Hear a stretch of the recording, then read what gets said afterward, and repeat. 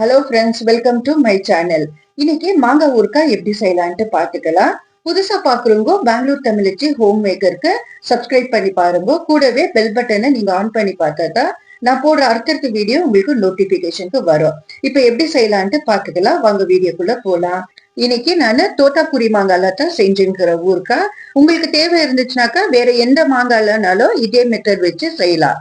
தோத்தாபுரி மாங்கால கொஞ்சம் ஸ்வீட்னஸ் கிடைக்கும், ஊறுகாய் நல்லா டேஸ்டாவே இருக்கும். ஃபர்ஸ்ட் நம்ம நல்லாவே கழுவிட்டு மேல தண்ணி இல்லாத மாதிரி நம்ம துடிச்சு எடுத்துக்கணுமா இருக்குது. ஏன்னாக்கா தண்ணி ஊறுகால பட்டுச்சுன்னா ஜெல்லியே கெட்டு போகும். இப்ப பாருங்க, இந்த மாதிரி சின்ன சின்னதாவே நான் கட் பண்ணி எடுத்துக்கிறேன். உங்களுக்கு எவ்வளவு சைஸுக்கு தேவையா இருக்குதோ அந்த சைஸ்க்கு கட் பண்ணி நீங்க சேர்த்துக்கலாம். தக்காளி ஊறுகாய் எப்படி செஞ்சுக்கிறேன்ட்டு என்னோட சேனல்ல அப்லோட் பண்ணிக்கிறேன். தேவைப்பட்டாக்கா அதுல நீங்க போய் பார்க்கலாம். பார்ட் 1 பார்ட் 2 2 போர்ஷன்ல நான் ஷார்ட்ஸாக்கா அப்லோட் பண்ணிக்கிறேன். கடையில வாங்குறதுக்கு பதிலா வீட்டுல கொஞ்சம் டைம் எடுத்து இந்த மாதிரி செஞ்சு கொடுக்கலாம். எந்த ஒரு ப்ரிசர்வேட்டிவும் இல்லாத இருக்கும். ஒரு 6 to 8 மாசம் வரைக்கும் கைப்படாம நம்ம ஃப்ரிட்ஜ்ல ஸ்டோர் பண்ணி வச்சாக்கா நல்லாவே வரும். பெங்களூர் வெதரு எப்போ வெயில் அடிக்கும் எப்போ மழை பெய்யும்ட்டு தெரியாத இருக்கு. இருந்தாலும் இந்த சீசன்ல இந்த தோத்தாபுரி மாங்காய் ரொம்ப கம்மி விலைக்கே கிடைக்கும்.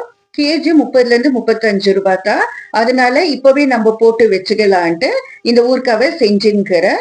இப்ப பாருங்க, 100 கிராம் அளவு நான் பச்சை மிளகாய் எடுத்துக்கிறேன். இந்த பச்சை மிளகாய் நல்லா காரமாவே இருக்கும், அதனால நான் 100 கிராம் அளவு எடுத்துக்கிறேன். இப்ப இது கூட நல்லா கழுவிட்டு மேல இருக்கிற தண்ணி எல்லாம் துடிச்சு எடுத்துக்கின்னு காம்ப கிள்ளி இந்த மாதிரி சென்டர்ல கீரிக்கணுமா இருக்குது. கீரிட்ட பிறகு இதுக்கு தேவையா இருக்கிறது உப்பு நம்ம சேர்த்துக்கலாம். உப்பு 1 to 1.25 கைப்பிடிய சேர்த்துக்கணுமா இருக்குது. ஏன்னாக்கா மாங்காய் 1 kg, பச்சை மிளகாய் 100 கிராம் எடுத்துக்கிறதுனால நான் இவ்வளவு உப்பு போடுறது. நல்ல வெயில் இருந்துச்சுனாக்கா ஒரு 3 to 4 நாள் வரைக்கும் வெயில்ல நல்லாவே காய வச்சு எடுத்துக்கணுமா இருக்குது. இப்ப தாளிக்கிறது எப்படின்ட்டு பாத்துக்கலாம்.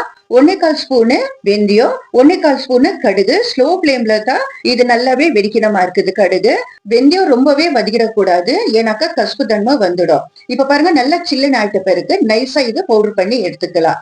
இப்ப தாளிக்கிறதுக்கு 150 கிராம் எண்ணெய் நான் ஊத்தின்னுக்கிறேன். எண்ணெய் நல்லா காஞ்சிட்ட பிறகு 1 டேபிள் ஸ்பூனு கடுகு சேர்த்துக்கலாம்.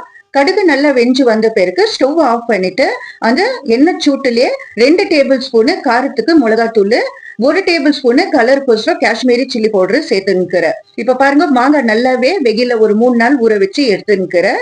இப்ப அரைச்சு வச்சுக்கிற அந்த வெந்தயமும் கடுகு பவுடர் சேர்த்துக்கலாம். தாளிச்ச மசாலா கொஞ்சம் சில்லுன்னு ஆயிட்ட பிறகு இதுல ஊத்திட்டு நல்லாவே மிக்ஸ் பண்ணிக்கணுமா இருக்குது.